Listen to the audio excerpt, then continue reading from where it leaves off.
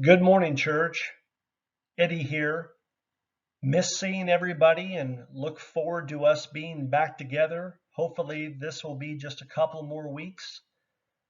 But Jim asked me a few weeks ago if I would share some thoughts here on Easter Sunday. Happy Easter to everybody. And as you well know, this is troubled times. Obviously, a lot of anxiety and fear and worry around the coronavirus.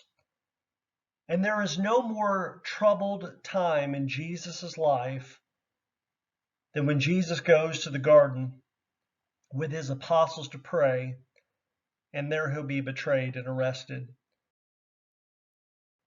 And as Jesus is in the garden, there's several lessons that jump out to me, and there's several people involved in the teaching process. The first teacher, first and foremost, is Jesus himself. And Jesus teaches us that the communion meal is important. At a very tumultuous time in his life, Jesus felt a need to be with his closest apostles and to break bread and to take of the wine, which represented his body and his blood. And as we're separated as a church family, as we have not been able to be together for regular worship services, I'm sure many of you are feeling that separation. And how great it's going to be back together, to take that bread and take that cup, because the communion meal and our fellowship together is important. Secondly, the second lesson comes from the apostles themselves. And the apostles teach us that anyone and everyone can and will let you down. A lot of times we beat up on Peter because Peter was the one that denied Jesus. A lot of times we beat up on Peter because Peter was the one that was so braggadocious that he would never do it. A lot of times we beat up on Judas because he was the one who sold Jesus out for money. But when Jesus is to be arrested, we learn that all of his apostles forsook him.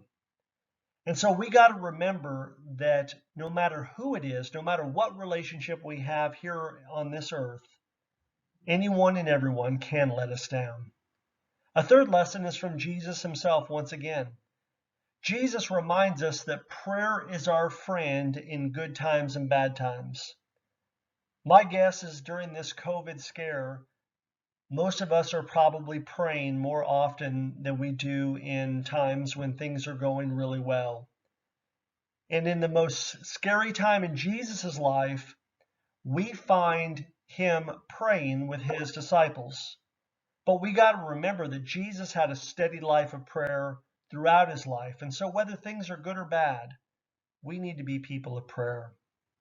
Number 4, Peter reminds us that we need to respond rather than to react. When Jesus is to be arrested, when the mob comes after him, it's Peter that grabs his sword. It's Peter that chops off the high priest's servant's ear. And sometimes we would do well to just take a deep breath, gather our thoughts, instead of reacting, to simply respond.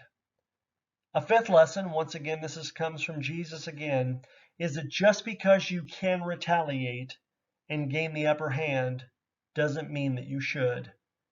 Jesus could have wiped out every one of his accusers and called on 10,000 angels or more. But that's not what he chose to do. Jesus could have had the upper hand, and yet he chose to humble himself and to commit himself to him who judges righteously. And finally, the sixth lesson, and this comes from God the Father, is that his will is going to be done. You remember, it was Jesus who prayed in the garden that not his will, but ultimately that God's will would be done. And so as Jesus faces the cross, as Jesus faces arrest, as we face COVID and whatever it is we face in life, we got to remember that God is in control and God's will is going to be done. God bless us as we are separated and looking so forward to us being back together again.